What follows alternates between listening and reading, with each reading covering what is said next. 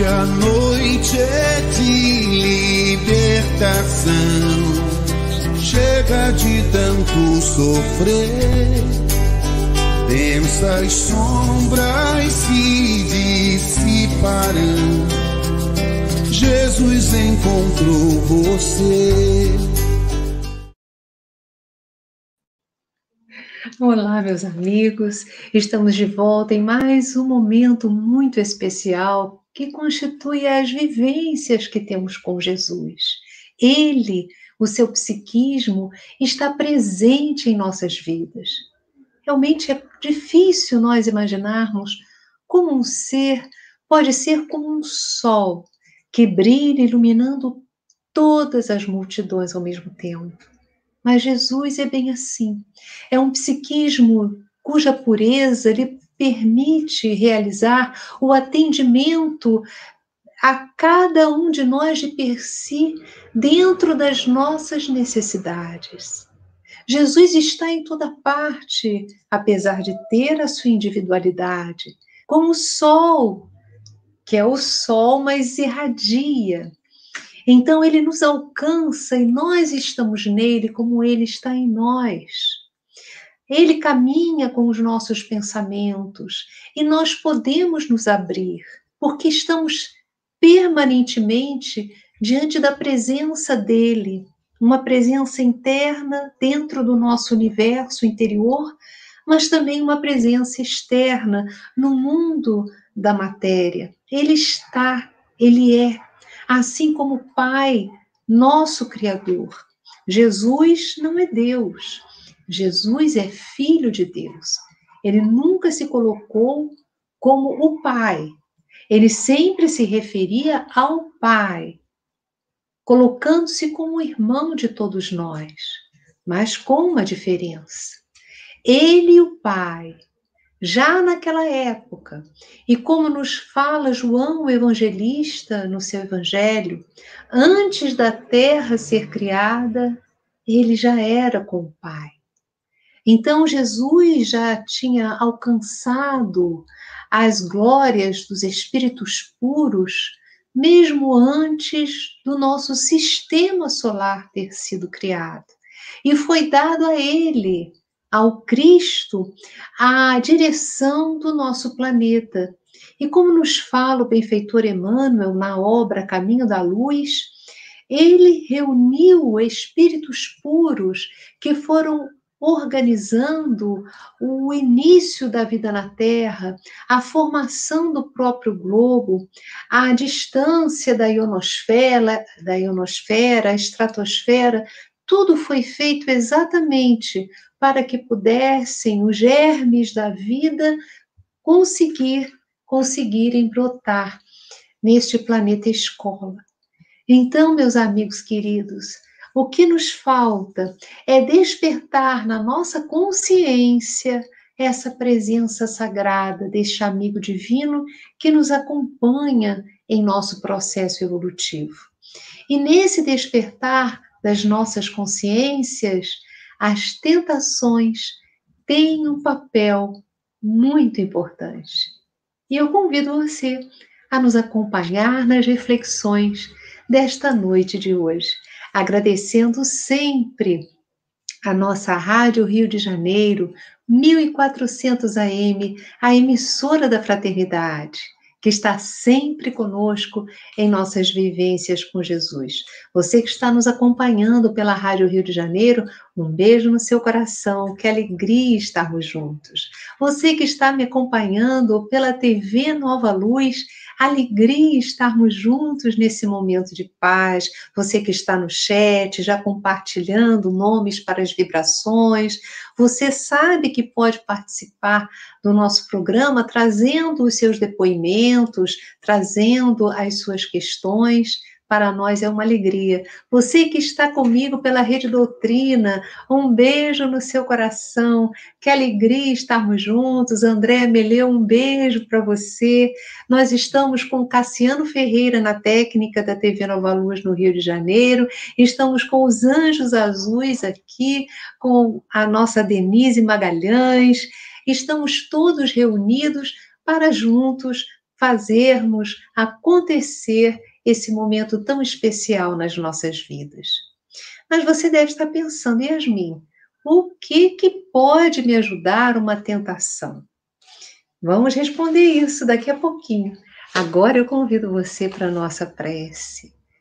Ah, Deus Pai, que sois todo poder, toda bondade.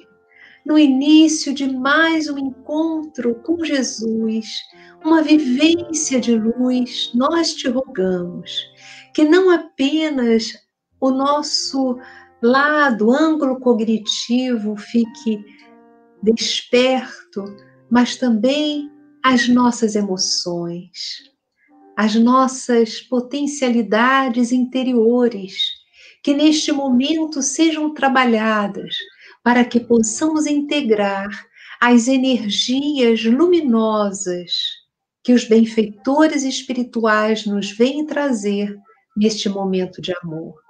Rogamos por todos os lares, pedimos por todas as pessoas cujos nomes estão em nossas mentes, estão nos chats, que nós possamos, neste momento, abrir o nosso processo de integração com as nobres entidades que desejam nos amparar em nosso processo evolutivo, com a graça de Deus. Vamos então, meus irmãos, buscar a compreensão, mas também a energia desta passagem do Evangelho de Jesus, muito significativa. Nós sabemos que bem no início do messianato, após o Cristo ter sido batizado por João, o Batista, não confundir com João, o Evangelista, que era um jovenzinho, que mais tarde ele chamou para compor o seu colégio apostólico e que se transformou depois num desses irmãos que narraram através de um evangelho as suas experiências com Cristo, narrou também o Apocalipse, as suas visões. Então, nesse momento, João o Evangelista não aparecia. Ele ainda era um menininho que ainda seria convidado por Jesus. Haveria pouco tempo depois do batismo, ele iria integrar este nosso set de histórias. Mas, nesse momento no qual Jesus foi batizado por João Batista, no qual surge uma pomba representando a própria presença divina, Jesus, após esse momento do batismo, ele retira-se e vai para o sul da Palestina, vai para um deserto da região sul. A região sul da Palestina é a Judéia, onde se encontra a cidade de Jerusalém. Em Jerusalém é onde há o templo. Então, Jesus foi para ali próximo, num deserto da Judéia, e ali ficou por 40 dias. Ele passou esses dias em jejum. E aí vamos, a partir desse entendimento, buscar o que nos falam os registros bíblicos. Isso está na narrativa de Lucas. E Jesus, cheio do Espírito Santo, voltou do Jordão e foi levado pelo Espírito ao deserto. E ali ele passou 40 dias. E eis que o diabo surge. E o diabo, essa figura mitológica, ela tem, no sentido da palavra, no sentido grego, ela tem uma origem, uma etimologia que quer dizer o antagonista, aquele que se interpõe, que é um obstáculo. Então, ele teve fome depois dos 40 dias. Estava em jejum. E disse-lhe o diabo: se tu és filho de Deus, dize a esta pedra que se transforme em pão. Olha, ele estava 40 dias em jejum. E Jesus lhe respondeu dizendo: está escrito que nem só de pão viverá o homem, mas de toda a palavra de Deus. É interessante porque ele continua esse diabo diz: e o diabo, levando-o ao alto de um monte, mostrou-lhe num momento de tempo todos os reinos do mundo e disse-lhe, dar-te-ei a ti todo este poder e a sua glória, porque a mim me foi entregue e dou-a a quem quero. Portanto, se tu me adorares, tudo será teu. E Jesus respondendo disse-lhe: vai-te para trás de mim, Satanás, porque está escrito: adorarás o Senhor teu Deus e só a ele servirás. Levou-o também a Jerusalém e o colocou no pináculo do templo. O que é o pináculo? Que é o ponto mais alto do templo de Jerusalém. E disse: se tu és filho de Deus, lança-te daqui abaixo, porque está escrito: mandará aos seus anjos acerca de ti que te guardem e que te sustenham nas mãos, para que nunca tropeces com o teu pé em alguma pedra. Mas Jesus lhe respondeu: dito está, não tentarás ao Senhor teu Deus. E acabando o diabo toda a tentação, ausentou-se dele por algum tempo. Então, pela virtude do Espírito, voltou Jesus para a Galileia.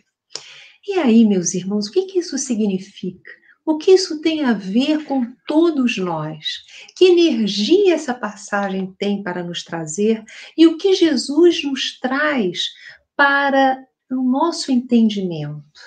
Primeiramente, será que Jesus, Espírito puro, ele poderia ser tentado pelo diabo por alguma dessas circunstâncias para ter um pedaço de pão, para ter um poder sobre o planeta? Ele, Jesus, que já é o governador do planeta, como nós podemos entender essa passagem?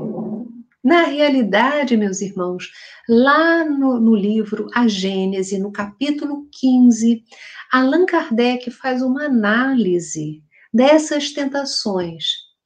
Quem faz as explicações na realidade, é João Evangelista. É um texto de João explicando-nos que Jesus não passou por essas tentações.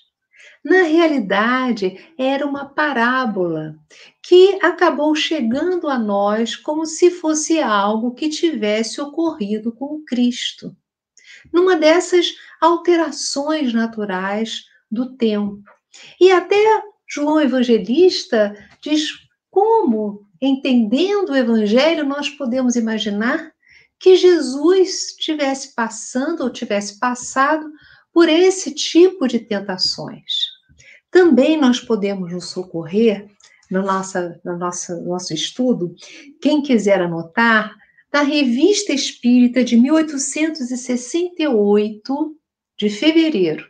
Revista Espírita de fevereiro de 1868, nós encontramos uma análise muito interessante a respeito dos Cristos, desses nobres espíritos que já chegaram aos pináculos da evolução como espíritos puros, que já venceram as tentações, que já venceram todas aquelas dificuldades íntimas e que já chegaram a um nível no qual eles já não são mais tentados pelas coisas corriqueiras da Terra, pelas situações, eles podem encarnar que eles não passarão por nenhuma tentação, porque já são espíritos maduros, já alcançaram na sua maturidade um nível evolutivo para o qual essas questiúnculas que nós passamos na Terra não constituem para eles nenhum obstáculo, não constituem para eles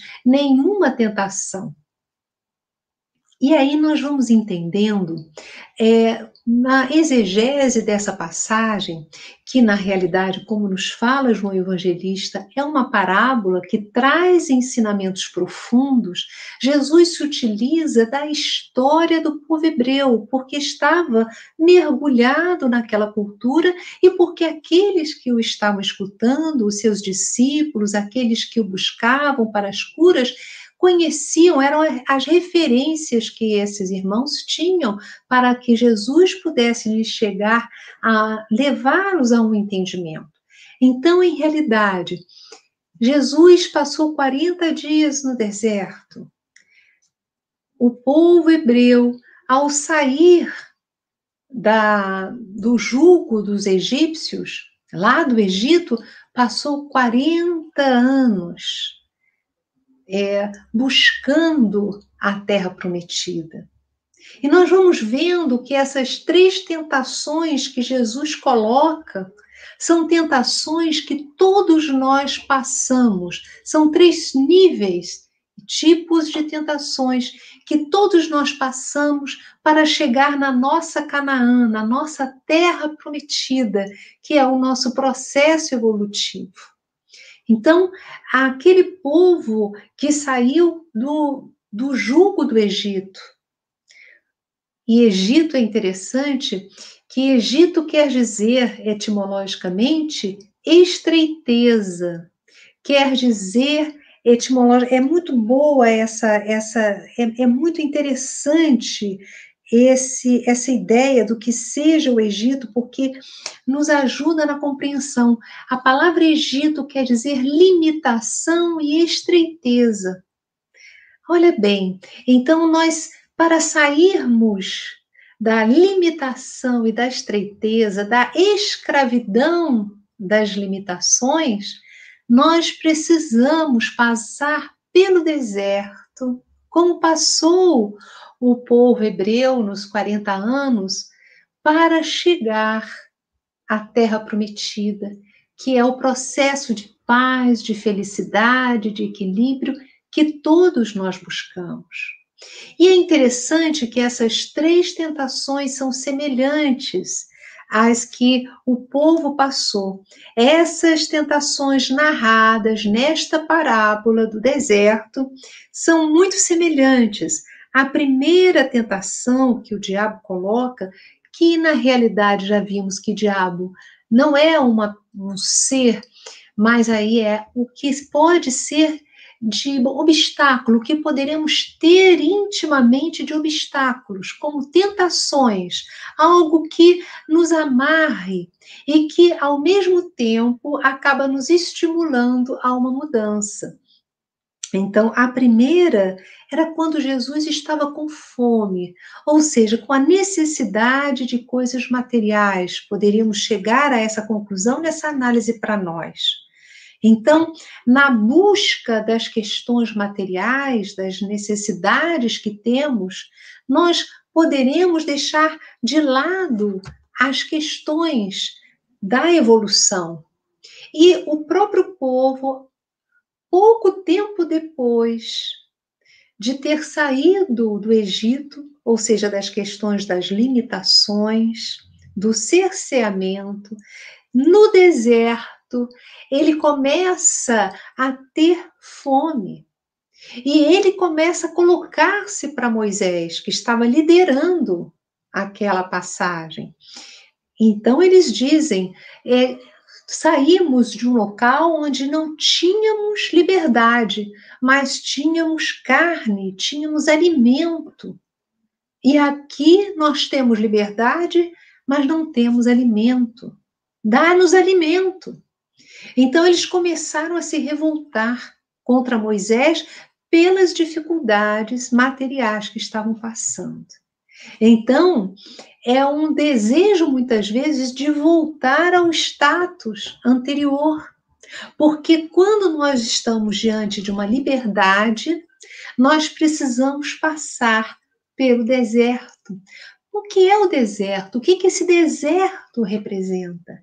Esse deserto representa a ligação com a espiritualidade, porque o deserto não tem nada.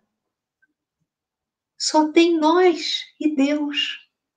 Então, o deserto representa os momentos nos quais nós passamos e que nós estamos nos sentindo sós, mas na realidade estamos treinando a nossa capacidade de nos integrarmos a Deus. Então, a primeira tentação são as questões da matéria. E Jesus responde ao diabo que nem só de pão viverá o homem, mas da palavra de Deus. Ou seja, nós, por estarmos encarnados, enraizados no corpo, nós necessitamos realmente do alimento. Nós necessitamos das coisas materiais. E é muito justo isso. Mas nós não podemos viver só disso. Porque, inclusive, já falamos em nossos encontros anteriores que nós temos um perispírito, nós somos espíritos, então nós necessitamos também de um outro maná, de um outro alimento, não podemos apenas sustentar o corpo físico. Quem vive tão somente para as questões do trabalho, quem vive tão somente para as questões da matéria, cerceia o seu espírito e começa a ter dificuldades em angústias, que se expressam em um turbilhão de emoções desencontradas, de inseguranças, tudo passa a ficar assim muito ativado, nós sentimos com muito maior profundidade as tristezas, as agonias, porque nos falta a água da vida, nos falta o pão espiritual. Mas essa água da vida e o pão espiritual precisam ser buscados. Nós precisamos ter a perseverança diária de ter aquele momento, aquela hora na qual nós possamos nos banquetear com as reflexões, as energias divinas e com a oração. Mas muitas coisas nos chamam a atenção no nosso processo do dia a dia. Nós temos que cuidar da casa, nós temos que cuidar dos nossos afazeres, nós temos que trabalhar, nós temos que atender o telefone, nós temos que cozinhar, nós temos que... Enfim, cada um de nós tem o seu processo educativo e tem suas obrigações diárias com as questões da matéria. E nós precisamos dar conta disso verdadeiramente. Mas se nós nos aprisionarmos a ficar apenas nesse patamar, nós vamos começar a sentir fome da alma, fome das questões espirituais. As angústias se tornam mais graves e parece que a nossa vida vai se estreitando, estreitando. Porque, como falou Jesus, não só de pão viverá o homem, mas da palavra de Deus. Ou seja, nós precisamos buscar essa fonte para nos dessedentar a alma. E aí, à medida que nós buscamos essa fonte, nós vamos nos acalmando, nós vamos tendo mais lucidez para lidar com as situações, nós vamos percebendo que a vida vai se tornando mais fluida. Mas é preciso buscarmos e mantermos a nossa decisão no diário, enfrentando todas as dificuldades para nós nos mantermos de pé. E atentos a isso. Nós vamos ter resistências diárias. As nossas resistências já começam de nós mesmos, mas os malfeitores espirituais, os espíritos que por inveja, ou porque nos persigam, ou porque foram nossos antagonistas no passado, ou porque nós os prejudicamos, são múltiplos os casos. Há muitos espíritos que se aproveitam da nossa fragilidade, mas ela já existe em nós. Eles apenas recrudescem, chamando nossa atenção para os quefazeres do dia a dia e fazendo muitas vezes que nós nos esqueçamos dos momentos de busca dos recursos espirituais. Então, essa foi a primeira tentação. É uma tentação que Jesus nos chama a atenção, que todos nós, por ela, passamos. E precisamos dar conta disso. Mas há outra tentação, mais duas, que é quando Moisés subiu ao Monte Sinai para receber a tábua dos 10 mandamentos. Ele passou algum tempo lá. E o povo, sem ele, começou a se dispersar. E começaram a existir ideários para adorarem deuses que fossem próximos às situações do dia a dia deles. Então, eles recolheram, os que lideraram esse movimento, recolheram moedas, recolheram ouro e fizeram um bezerro de ouro para ser adorado, para todos poderem adorar. Então, essa é uma questão que nós precisamos observar. E Jesus diz: adorarás o Senhor teu Deus e só a Ele servirás. Então, no nosso dia a dia, nós vamos ter chamamentos de bezerros de ouro a todo instante.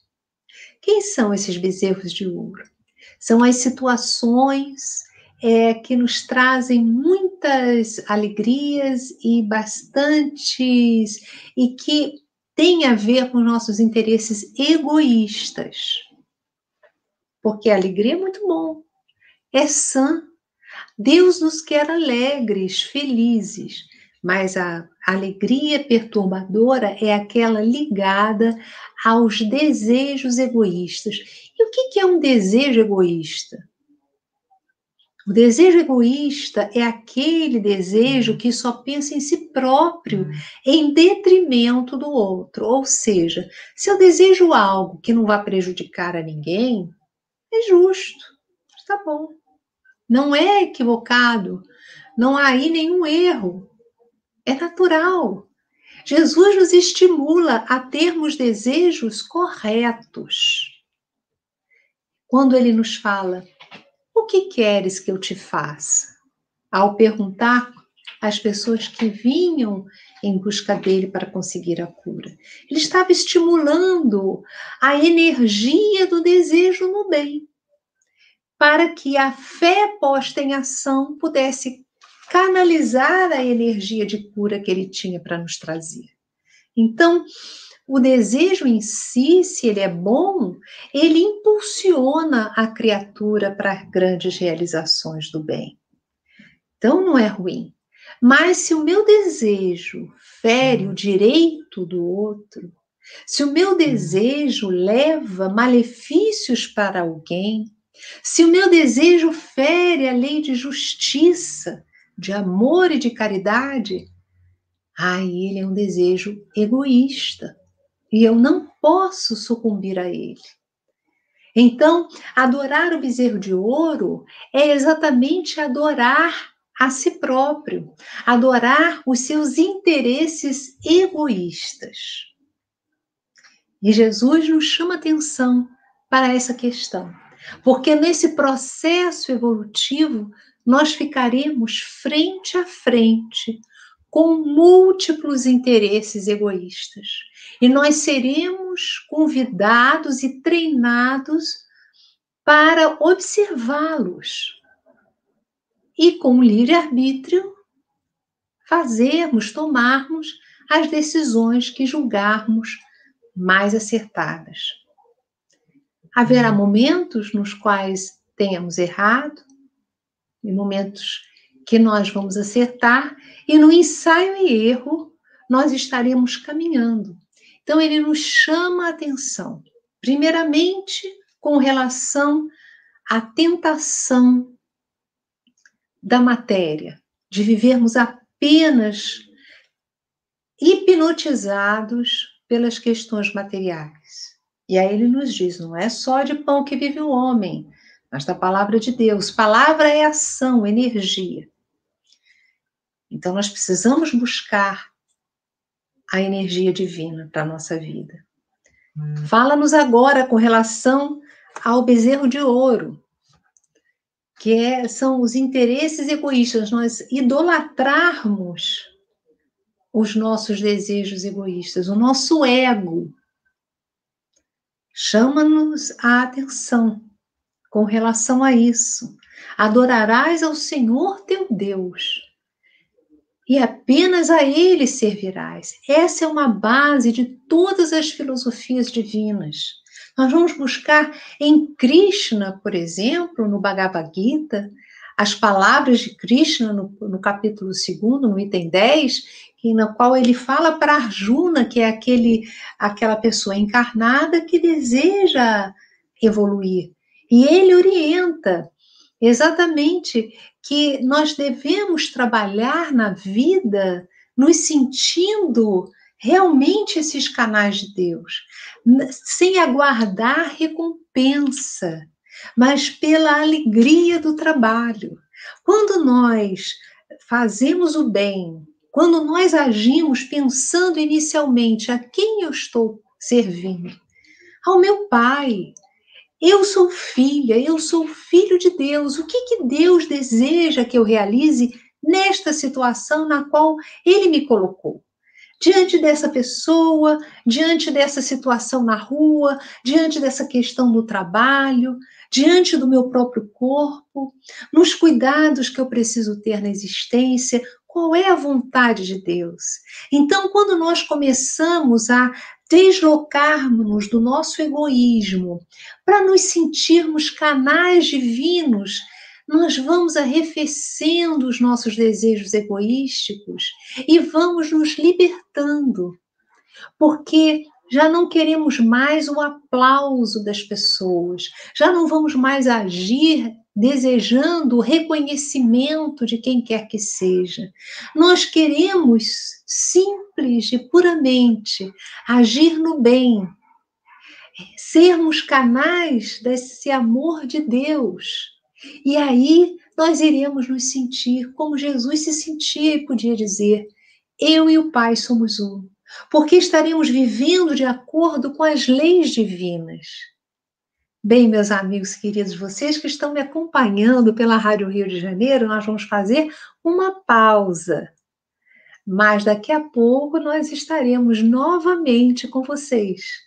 Aguardem-nos que nós daqui a pouco já iremos iniciar o nosso 2º bloco e nós vamos continuar conversando como transformar as tentações em um grande impulso para o nosso progresso, para a nossa vida verdadeiramente feliz. Vocês que estão me acompanhando pela Rede Doutrina, pela Rádio Sementes de Amor, pela TV Nova Luz, vocês que estão aqui no chat, ao vivo, nós estamos continuando, e eu tenho aqui uma fala da nossa Ermelinda Figueiredo. Ela diz assim: Yasmin, eu entrei na doutrina espírita com 17 anos, e aos 32, já casada e com 4 filhos e muitas dores.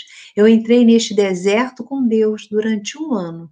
Desde então, aprendi a servir e lá vão 34 anos. Ermelinda, muito obrigada pelo seu depoimento, adorei esse seu exemplo, e nós vemos que todos nós passamos pelo deserto. Jesus passou os 40 dias no deserto, mas nós encontramos no seu evangelho vários momentos nos quais ele ia para um local deserto, geralmente os momentos que antecediam algum serviço espiritual, que necessitaria de muita energia, ele se recolhia, ele ia para o monte, ele ficava nos oratórios de Deus, que eram aquelas construções sem teto, nos lugares onde não havia sinagogas, com aquelas cadeiras que não eram desse estilo nosso aqui, né, mas próprias da época, circulares, como se fosse um anfiteatro. Ele ficava ali recolhido, passava as madrugadas em oração. Então, o deserto é esse movimento. Elias foi para o deserto, o povo judeu passou 40 anos andando no deserto. Enfim, nós encontramos vários exemplos. Paulo de Tarso. Olha que interessante. Quando Paulo, ele se transformou verdadeiramente, quando ele caiu nas areias da estrada de Damasco, no deserto, né, indo para Damasco, e é onde ele ia perseguir Ananias. Quando ele vê aquele clarão, ele cai do cavalo, vê a figura do Cristo, o Cristo chama e ele diz: Senhor, o que queres que eu faça? A partir dali, ele não se deixou vencer pelas culpas, ele que tinha assassinado tantos cristãos, ele olhou para frente e disse: em que eu posso ser útil, Senhor? E ele foi no caminho, porque as pessoas que se cerceiam na culpa é porque, na realidade, elas não se perdoam e elas têm uma certa arrogância. A culpa tem uma certa arrogância, porque a pessoa acredita que não pode errar, mas todos nós erramos. Então, Paulo é um grande exemplo de pessoa que não se cerceou, não se sentiu menor porque foi um assassino, e Paulo foi, ele assassinou famílias, crianças, de uma forma vil, ele mandava matar, apedrejados, de formas cruéis. E ele não ficou parado, meu Deus, olha o que eu fiz, ai meu Deus, eu vou parar. Não, ele continuou, então, tá, Senhor, eu errei. E agora? E ele passou, durante todo o seu restante de vida, ele sentiu no próprio corpo as dores daqueles que ele mandou. Ele foi apedrejado e sobreviveu, mas ele foi apedrejado. Ele recebeu muitas e muitas e muitas chibatadas. Ele foi cortado e desencarnou de uma forma também muito cruel, né? Com a sua cabeça cortada. Então ele passou por todas as dores e não parou de pregar um minuto sequer. Quando ele se transformou mesmo, quando depois do período de Damasco, depois daquele momento todo, ele procura Gamaliel, que foi o seu mestre, e Gamaliel fala algo que me toca profundamente o coração. Ele diz que pesquisando e refletindo sobre os ensinamentos de Jesus, ele considerava o mestre, na realidade, o evangelho do Cristo como esse novo êxodo. Ele considerava o evangelho do Cristo como o grande maná, nós poderíamos dizer assim, nas suas palavras, a grande terra, a terra prometida.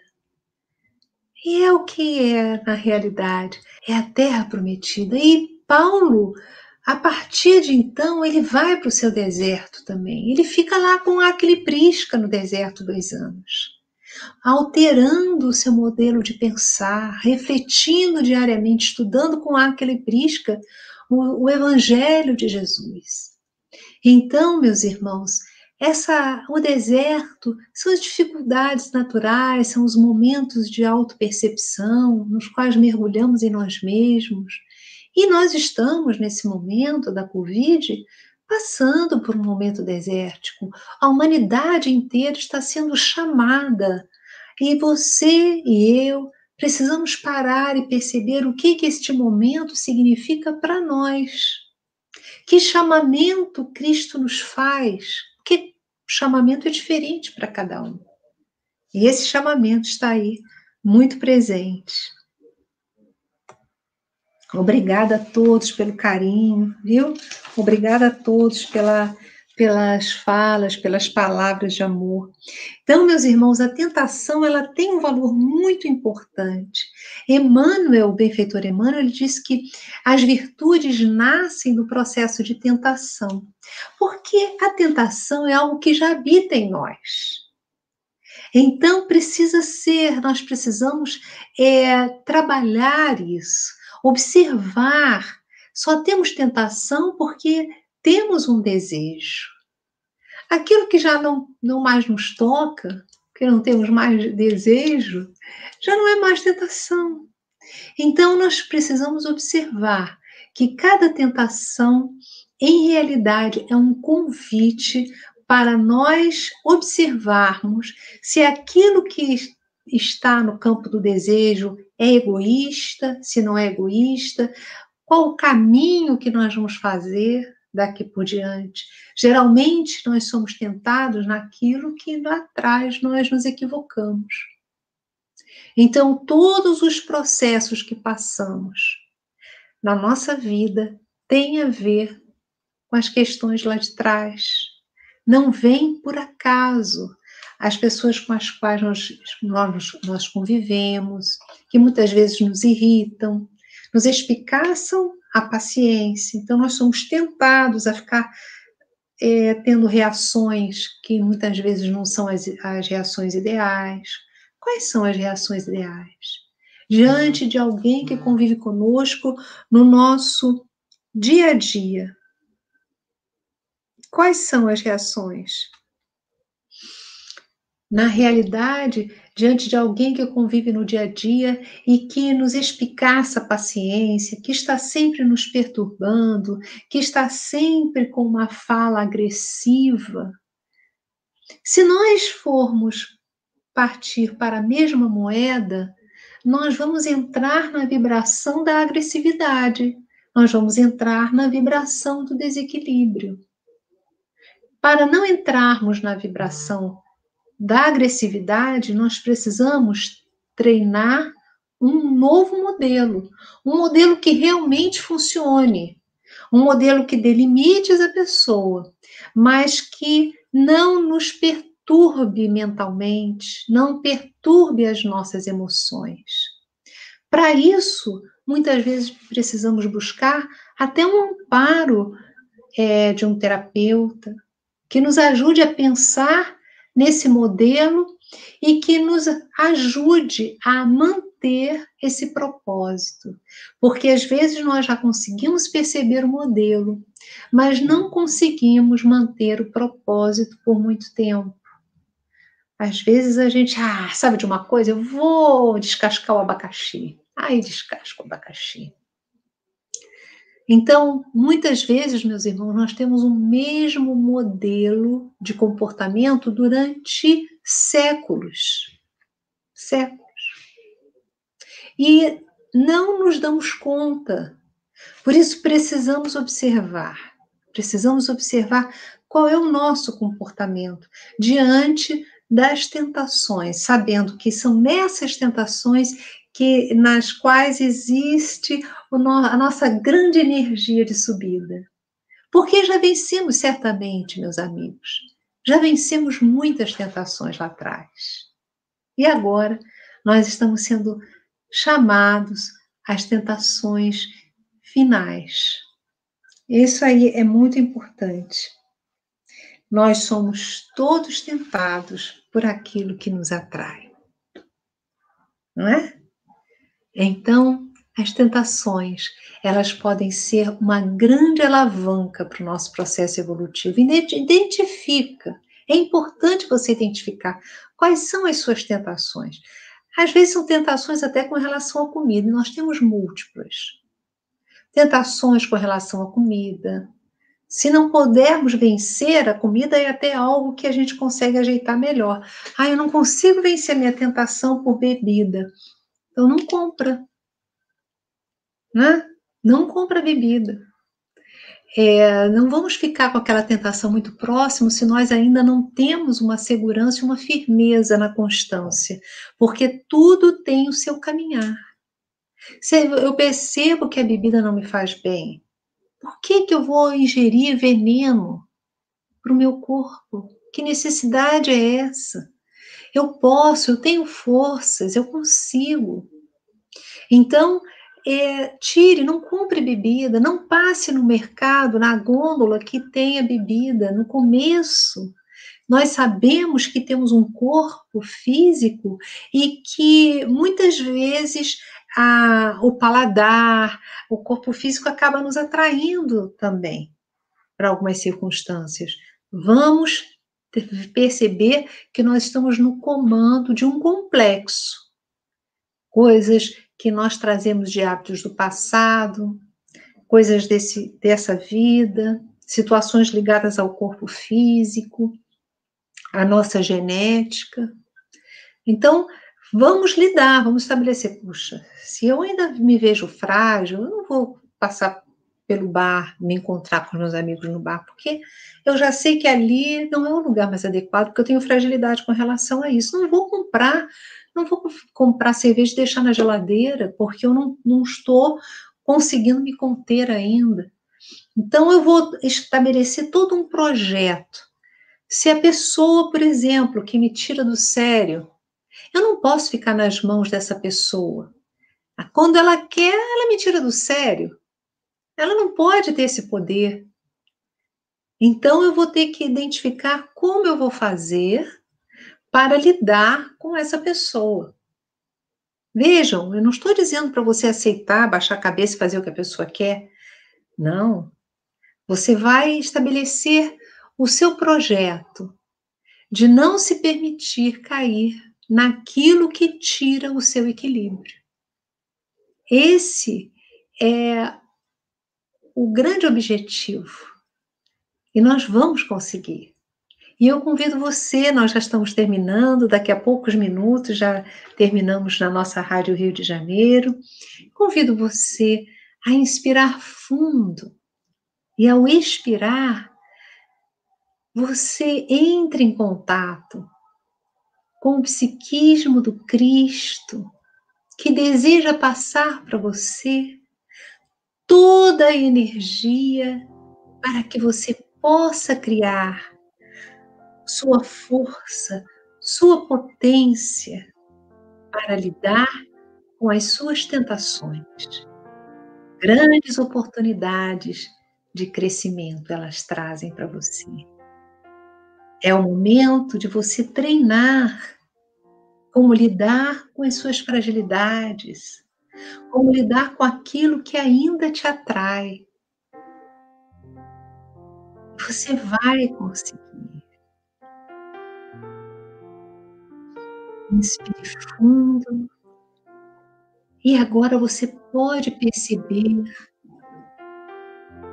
a imagem de Jesus à sua frente.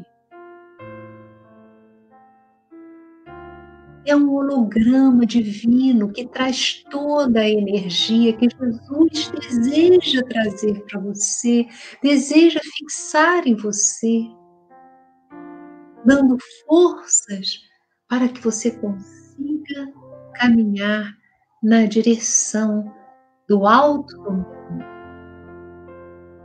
Entre neste holograma divino. Sinta-se dentro do holograma do Cristo.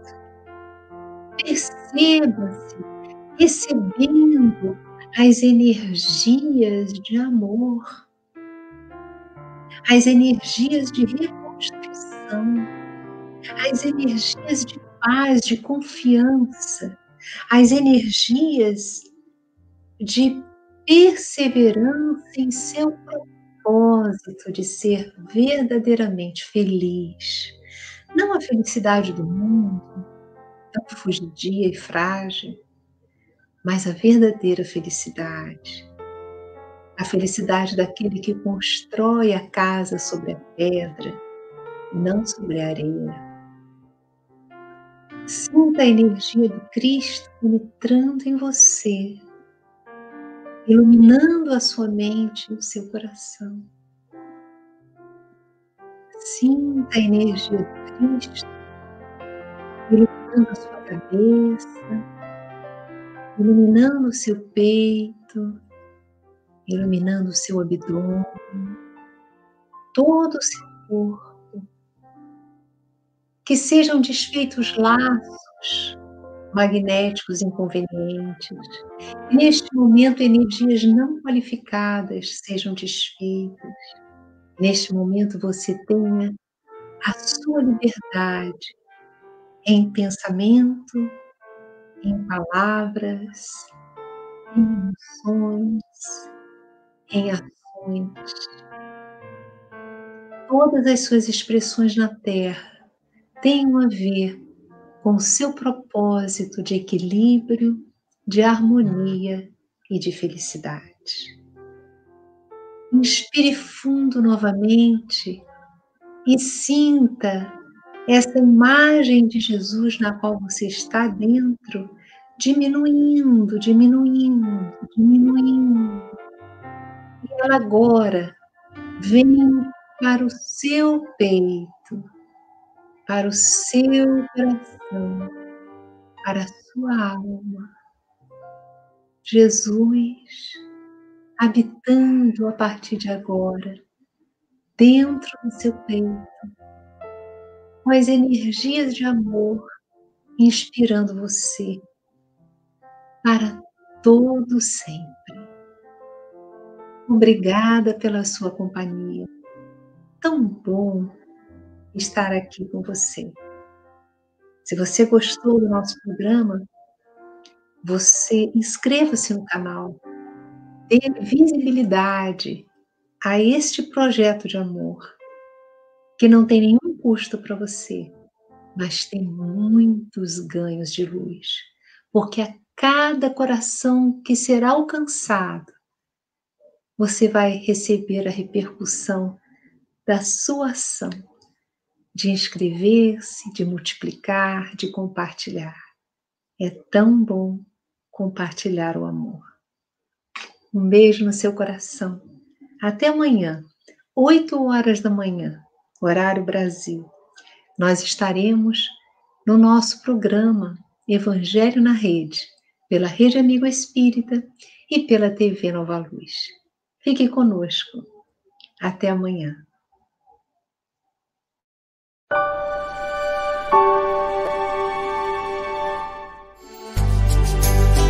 Hoje a noite é de libertação. Chega de tanto sofrer. Densas sombras se dissiparão. Jesus encontrou você.